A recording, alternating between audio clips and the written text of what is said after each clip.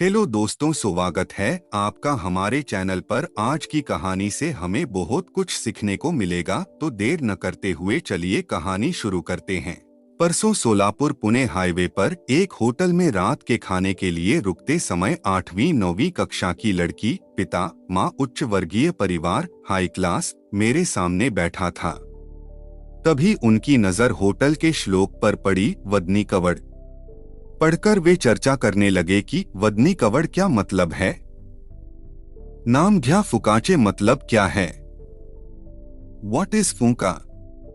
एक दूसरे से इस तरह के सवाल पूछने लगे, जबकि उनके साथ मौजूद छोटी सी बच्ची उसके माता पिता की तरफ देख रही थी। लेकिन मराठी का ज्ञान न होने के कारण इंग्लिश मीडियम उस श्लोक का अर्थ क्या है उनको समझ में नहीं आ रहा था। उन्होंने इसे समझने की काफी कोशिश की, फिर बाद में हार मानकर चर्चा को रोक दिया और वह बच्ची जो कुछ नया सीखने की आशा से उनकी ओर देख रही थी, निराश हो गई। मैंने अपना खाना समाप्त किया और बिल का भुगतान करने के बाद मैं जानबूझकर उस परिवार के पास गया। मैंने अपना हाथ उस बच्ची के पेट पर रखा और कहा, कौन सी कक्षा में पढ़ती हो? उसने कहा, 9 स्टैंडर्ड। फिर मैंने कहा, तुम जानती हो कि उस श्लोक का अर्थ क्या है? यह बात सुनते ही उसने उम्मीद से मेरी तरफ देखा।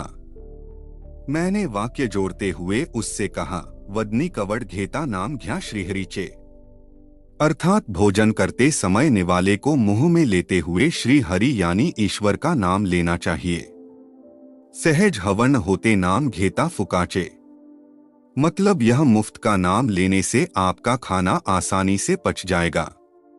जीवन करी जीवित्वा अन्हे पूर्ण ब्रह्म, अर्थात हम सभी के जीने यानी कि जीवित रहने के लिए सबसे आवश्यक चीज भोजन है, इसलिए अन्ना को पूर्ण ब्रह्मा कहा गया है। उदरभरण नोहे जनिजे यज्ञ कर्म, जैसे यज्ञ में बहुत सी चीजें डाल दी जाती है, वैसे ही यज्ञ में डाली जाने वाली चीजें जैसे पेट भी नहीं बनना चाहिए। यह सुनकर उस बच्ची के चेहरे पर संतोष के भाव मुझे दिखे और उन माता पिता के प्रश्न का उत्तर भी मिल गया था कि व्हाट इज फुक।